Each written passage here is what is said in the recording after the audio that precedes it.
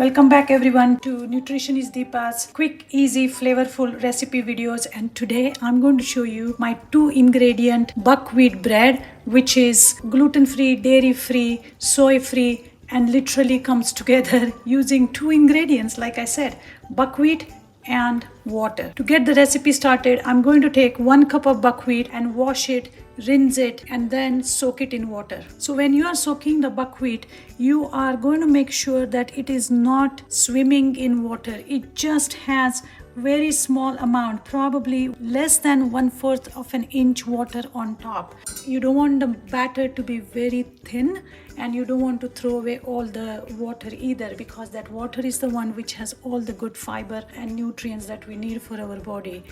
So this buckwheat with water, I'm going to soak it overnight. It takes 12 hours, and then come back and grind it and then ferment it for another 24 hours. Now when you are grinding it, like I said, make sure you are not adding too much water. It's very tempting to add extra, but please don't. Just use the water that you have soaked the buckwheat in. Buckwheat is a very soft grain. It grinds very quickly, and as you can see, it's not super fine, and the consistency is similar to pancake batter, slightly on a thicker side. So I did all the grinding and the batter is ready. Again, the buckwheat was soaked for 12 hours, and then I ground it with the water that it was soaked in. Make sure you are not you are not soaking into too much water. Okay, and it will be very tempting for you to rinse this blender jar and pour the water in here, but please don't do it. Instead, my tip for the day is rinse this and put it in your oatmeal before you cook, so it's going to get cooked with your oatmeal, and that way you will have a buckwheat oatmeal breakfast. Very good. So now I'm going to cover it with my silicone lid. It's tightly covered, and I'm going to allow it to ferment for next 24 hours. And you need to ferment it on the countertop, and you can ferment it by just leaving it on the countertop. Just make sure that it is properly sealed. Now at this point you can also add some salt if you want to, but I'm not going to add any. Now one additional tip is, before you cover it, you want to mix the batter and let it interact or incorporate air into this, because in order for the batter to ferment, you need to make sure that you are activating the bacteria in it by exposing it to air. So just really stirring it.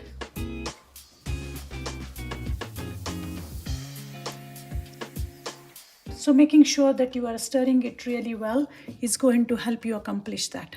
Because the more the airy batter is, the bread is going to be lighter.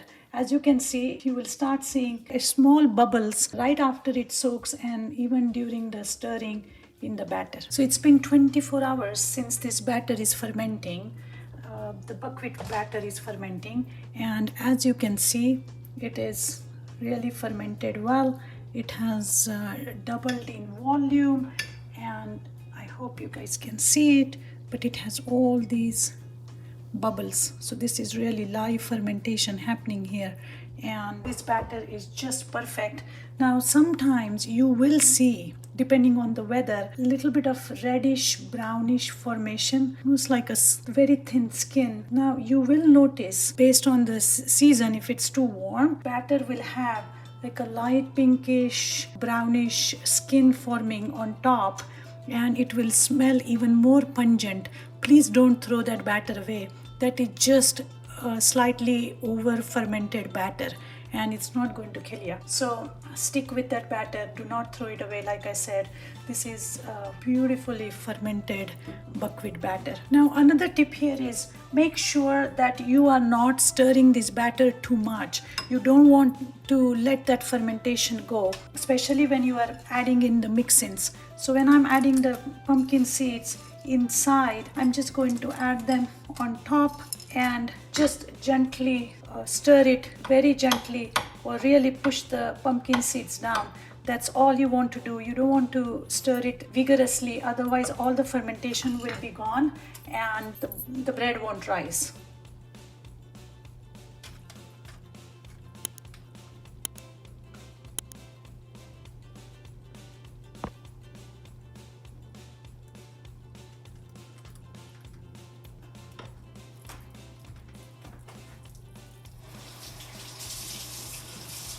So I have topped the batter with some pumpkin seeds and chia seeds, and I have filled this container 3/4 up to here because we need some time for this bread to rise. So it's going to go in the preheated 450°F.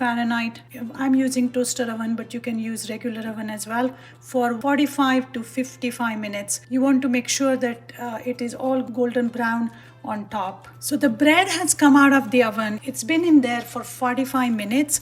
Depending on the moisture in the batter, it can take up to 55 to 60 minutes, and also depending on the size. So if you pierce a needle in there, it comes out pretty clean.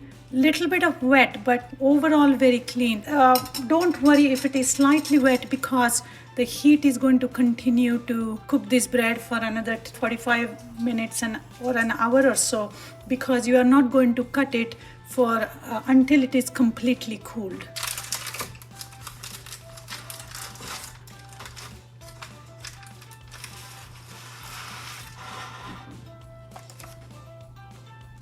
It's going to cool it off there for almost an hour. Now I'm going to put my next loaf in, and this time I have added dates inside, and I'm going to top it up with some sesame seeds and follow the same process. As you can see, this is nice and crunchy.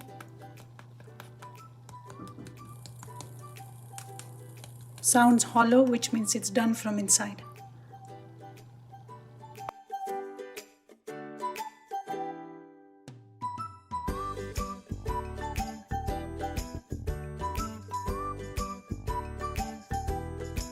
The date sesame seed roll is perfectly done. I'm going to take it off and cool it down.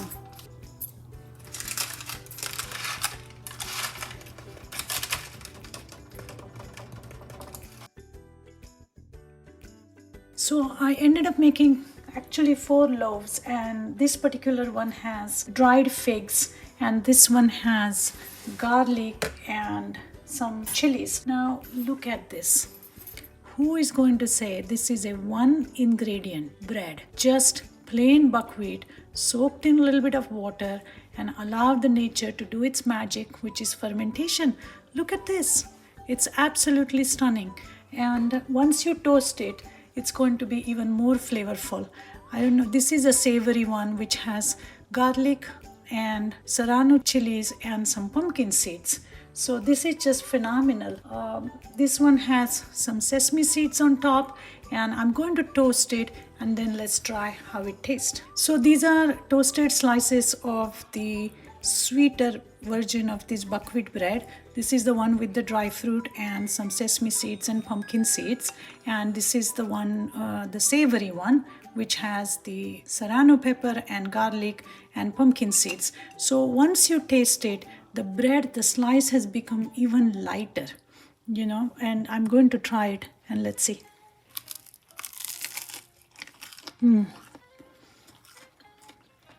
I'm telling you, this is probably one of the best bread that I have ever eaten. It has a very nice, sweet, sourdough type of flavor because of the fermentation. And look how clean this bread is.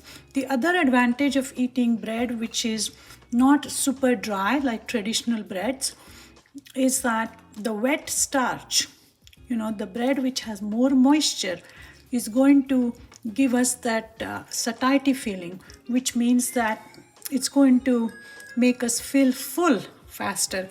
Anytime you eat a dry starch versus wet starch, it has a different way of metabolizing in your system. The wet starch, such as, let's say, baked potato, sweet potato, now this slightly moist buckwheat bread is going to make us feel full and keep us full and give us that sustained energy. Nonetheless, I hope you guys will try this. And as I always say, I'm not a baker or a bread maker, but this is the easiest recipe that I have found and have conquered it. I hope you guys will do it too. Again, this is gluten-free, dairy-free, soy-free, nut-free, everything free, but not nutrition-free. and buckwheat has a lot of health benefits. You can watch my other videos buckwheat and learn the health benefits of that. One thing that I want to mention is that you can put some lemon hummus by Oasis. This particular hummus does not have any added oil, so I prefer this if I'm going to buy hummus outside. So you can put some hummus or some salsa, some guacamole, anything as a topper on this bread, and it's going to be good to go. Thanks again for watching, and I will see you next time.